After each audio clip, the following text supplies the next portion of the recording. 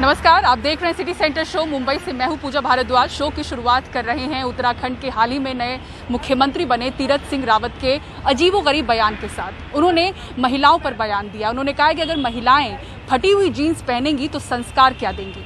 Show की शुरुआत करते हैं सबसे पहले उनके इस विवादित बयान के साथ। मैं एक दिन राजस्थान से जयपुर से आ रहा था, लेकिन जहाज में जब बैठा तो मेरे पड़ोस में बगल में एक बहन जी बैठी थी और बहन जी बैठी थी तो बातचीत हुई, बाबा के बगल में बैठी है।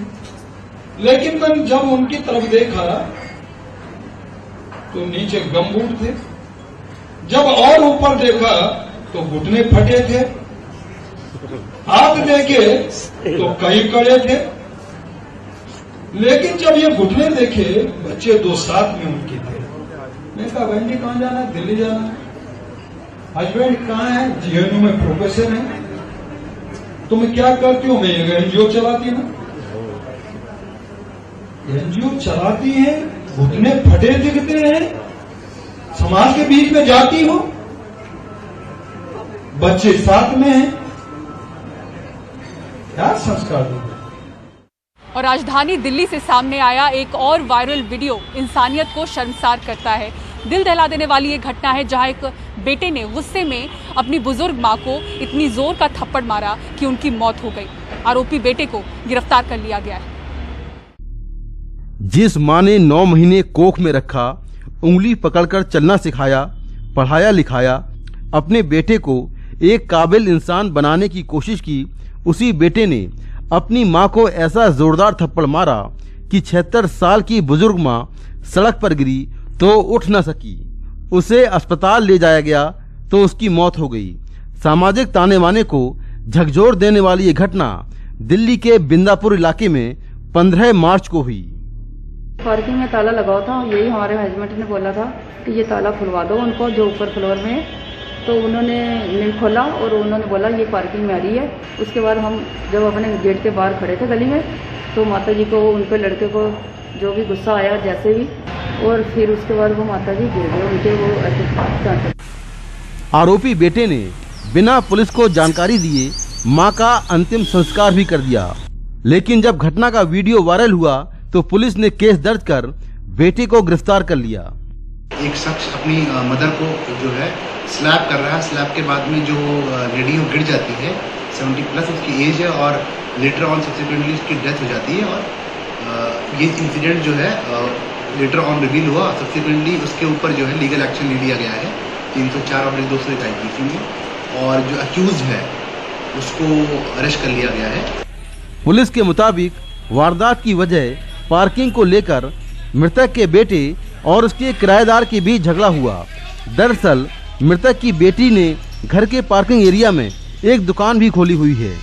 मां ने बेटी से दुकान की चाबी लाने को कहा, लेकिन जब वो देर तक नहीं आई तो आरोपी ने गुस्से में आकर मां को थप्पड़ मार दिया। इस मामले को लेकर दिल्ली महिला आयोग ने भी दिल्ली पुलिस को पत्र लिखकर बुजुर्गों की सुरक्षा सुनिश्चित करने को कहा है।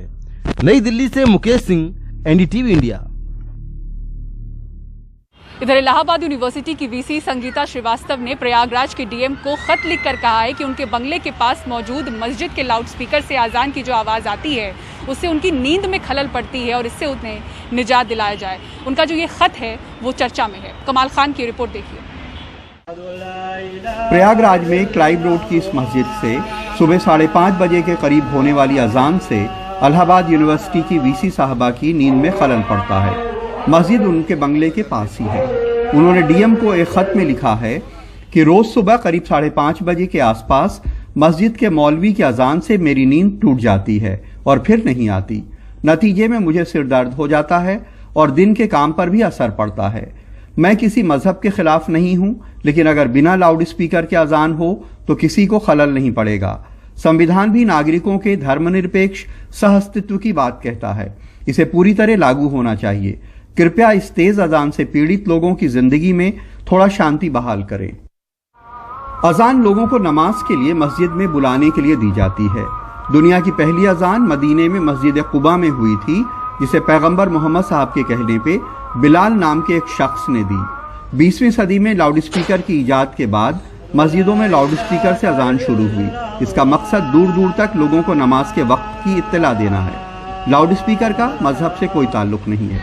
इस मस्जिद के मैनेजमेंट का कहना है कि उन्होंने लाउडस्पीकर की आवाज कम कर दी है ताकि किसी को परेशानी ना हो। जिसका परमिशन भी है 2 हारन का, इंस्पेक्टर साहब ने दरोगा जी को भेजा था कि आपका जो है लाउड स्पीकर थोड़ा तेज़ बज रहा है जिससे लोगों को डिस्टरबेंस होता है। हमने उसका वॉल्यूम और भी कम करा दिया है। अदरवाइज़ अगर और किसी को दिक्कत होती है तो सुबह के टाइम हम बिल्कुल स्लो कर देंगे कि हाँ 50 मीटर या 100 मीटर तक भी आवाज़ ना जाए।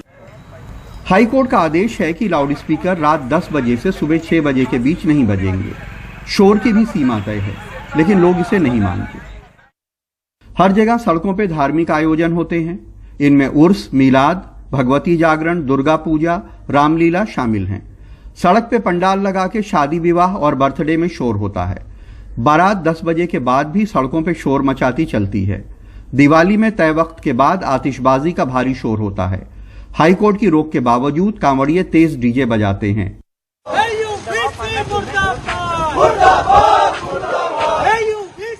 पुलिस और प्रशासन इनमें से कुछ नहीं रोकता है, इसलिए जब अजान पे एतराज होता है तो कुछ लोगों में इस पे तीखी प्रतिक्रियाएं होती हैं।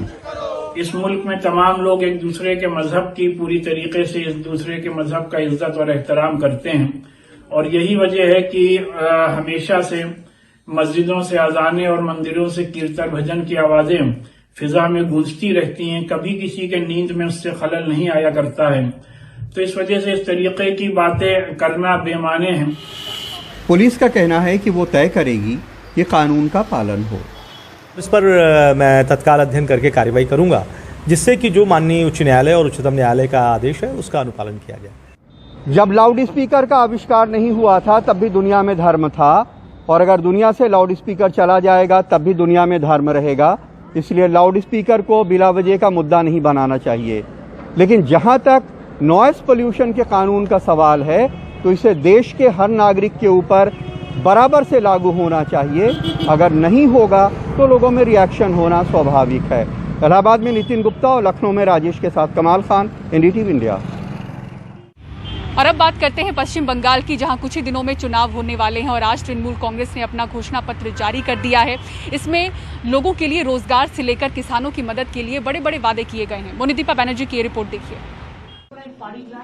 व्हील चेयर पर थकी और कमजोर दिख रही ममता तृणमूल का घोषणा पत्र जारी होते ही बीजेपी पर बरस पड़ी। High loaded virus, a political party is playing all the nasty game, the dirty game. इस चुनाव घोषणा पत्र में 10 ऐसी बातें हैं जिनके दम पर वो वोटों की उम्मीद कर रही हैं, जिनमें 3 खास हैं। सामान्य लोगों को 500 रुपए, SC, ST और OBC को 1000 रुपए और कुछ और लोगों को OBC में शामिल करने की योजना। पढ़ाई लिखाई के खर्चों के लिए छात्रों को क्रेडिट कार्ड देने का भी वादा है। इसके जरिए वो महज 4% ब्याज पर 10 लाख तक का लोन ले सकेंगे। किसानों को हर साल हर एकड़ पर 10,000 रुपए मिलेंगे, जो फिलहाल 6,000 रुपए हैं। ममता का फोकस SC, ST और OBC पर है। वो बीजेपी अध्यक्ष JP नड्डा के कल के बयान का मुकाबला करना चाहती हैं, जिसमें उन्होंने कहा था कि कुछ जातियां OBC में शामिल की जाएंगी। ममता के चुनावी घोषणा पत्र पर विपक्षी नेताओं की प्रतिक्रिया अभी नहीं आई है। Why they are not asking Narendra Modi not to go for publicity regarding vaccine or anything? Why Man Ki Baat? Everything is going on. Why Election Commission is not taking action against of them? BJP को अभी उम्मीदवारों की सूची बनाने में ही परेशानियों का सामना करना पड़ रहा है, लेकिन ममता की गाड़ी आगे चल पड़ी है, कम से कम इस राउंड में। कोलकाता से मोनिदीपा बनर्जी की रिपोर्ट, एनडीटीवी इंडिया। और मुंबई शहर को नया पुलिस कमिश्नर मिल चुका है। बात करते हैं एंटीलिया केस की। मुकेश अंबानी के घर के बाहर जो विस्फोटक से लदी कार मिली, उस मामले में जांच की आंच कहीं मुंबई पुलिस कमिश्नर परमवीर सिंह तक न पहुंचे उससे पहले ही उनका तबादला कर दिया गया है। होमगार्ड विभाग में उन्हें भेजा गया है और उनकी जगह अब नए कमिश्नर जो मुंबई पुलिस के होंगे वो हैं हेमंत नगराले। आपको बता दें कि एंटीलिया केस में मुंबई पुलिस के अधिकारी सचिन वजे की गिरफ्तारी के बाद से ही परमवीर सिंह पर सवाल उठाए जा रहे थे। कल रात परमवीर सिंह ने महाराष्ट्र के मुख्यमंत्री उद्धव ठाकरे से भी मुलाकात की थी। नए सीपी हेमंत नगराले ने मुंबई सीपी का कार्यभार संभाल लिया है। उन्होंने कहा है कि सभी को मालूम है मुंबई पुलिस एक कठिन समस्या से गुजर रही है। इस समस्या से उबरने के लिए राज्य सरकार ने मेरी नियुक्ति की है। जांच जो चल रही है वो योग्य तरीके से होगी और जो भी दोषी होगा उसके खिलाफ कार्रवाई होगी।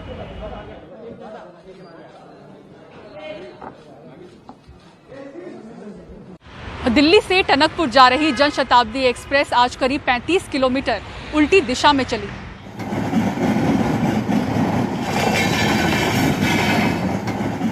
इसे बड़ी मुश्किल से खटीमा में रोका गया। टनकपुर स्टेशन आने से थोड़ा पहले एक जानवर ट्रेन की चपेट में आ गया। ड्राइवर ने ब्रेक लगाकर वैक्यूम रिलीज किया तो ट्रेन विपरीत दिशा में दौड़ने लगी।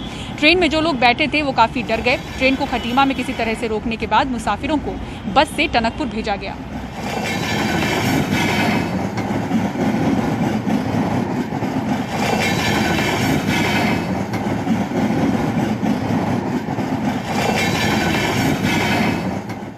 और सिटी सेंटर शो में वक्त हो चला एक ब्रेक का। ब्रेक के बाद आपको दिखाएंगे रंगोली के जरिए मतदान का संदेश।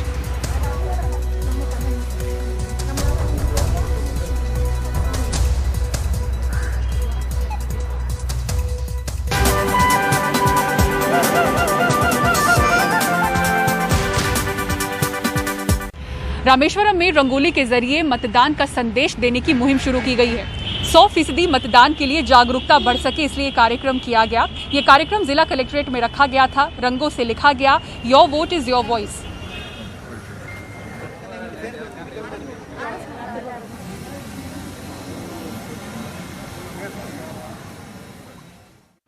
होली आने वाली है। होलिका दहन के लिए लकड़ियों की जरूरत पड़ती है। ऐसे में पेड़ों को किस तरह से बचाया जाए इसकी कोशिश की है सूरत के एक स्वयं सहायता समूह ने।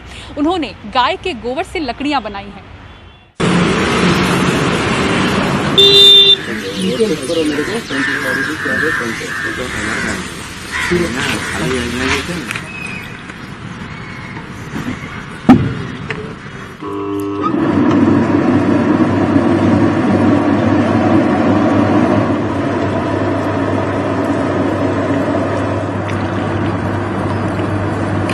जो वातावरण हमारे यहाँ पोल्यूशन से जो खराब हो रहा है, कल जंगलों की कटाई चालू है, लकड़ियां बहुत सारी जलाई जा रही है, तो उसके लिए रिप्लेसमेंट ढूंढना बहुत जरूरी था। तो ये जो गौ गोबर की जो स्टिक्स है वो इको फ्रेंडली है, पर्यावरण से इसको कोई नुकसान नहीं होगा और ये अच्छी तरह से सब लोग इस्तेमाल कर सकते हैं।